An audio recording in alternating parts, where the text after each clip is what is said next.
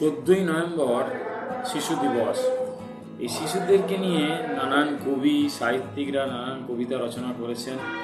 তাদের মধ্যে গোলাম মোস্তফা তো বলেইছেন, ঘুমিয়ে আছে শিশুর পিতা সব শিশুরই অন্তরে।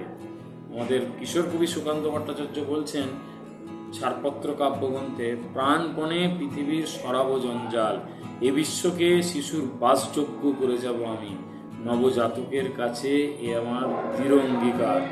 কারণ শিশুর গুরুত্ব অপরিসীম। আজ যারা শিশু তারাই কিন্তু আগামী দিনের পিতা, আগামী দিনের দেশের নাগরিক, আগামী দিনের দেশরূপ তরণের কাণ্ডারি।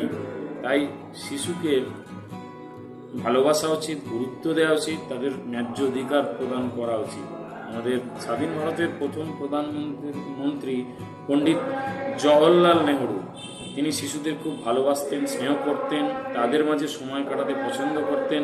তিনি শিশুদের কাছে চাচা নামে পরিচিতি লাভ করেন।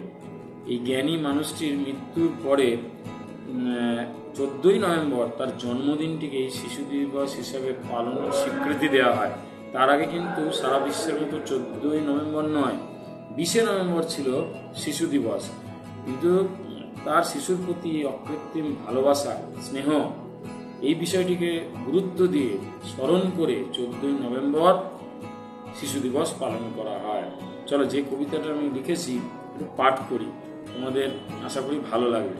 শিশু ফুল পুতুলের ন্যায় জগৎ সংসারে আনন্দ ভালোবাসা ছড়ায়। আজ শিশু ভবিষ্যতের নাগরিক, শিক্ষায় দেশকে দিশা সঠিক। নেহরু প্রথম প্রধানমন্ত্রী, দেশ হলে স্বাধীন। 14ই নভেম্বর চাচার জন্মদিন। শিশুর প্রতি তার স্নেহ ভালোবাসা, সময় শিশুর মাঝে আসা।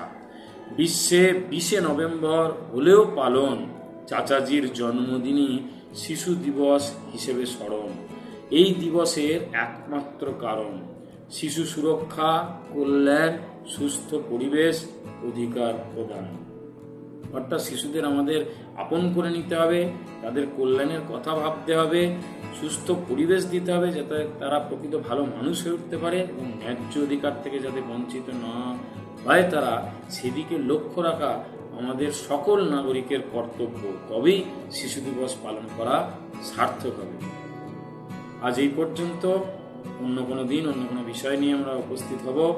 ভালো লাগলে শেয়ার করো আর চ্যানেলটিকে সাবস্ক্রাইব করো, যাতে নতুন নতুন এরকম বিষয়, পাঠ্য বিষয় নিয়ে আলোচনা তোমাদের সামনে উপস্থাপন করতে পারি। ধন্যবাদ।